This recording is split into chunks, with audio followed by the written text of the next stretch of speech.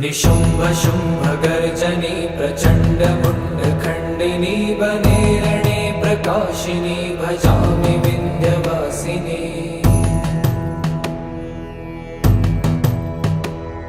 त्रिशूलमुण्डधारिणी धराविघातहारिणी गृहे गृहे निवासिनी भजामि विन्ध्यवासिनी।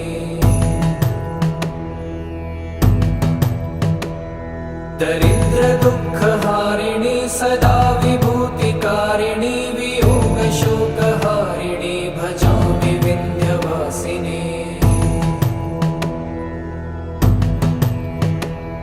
लसत्सुलोललोचनं लतासनं वरप्रदं कपालशूलं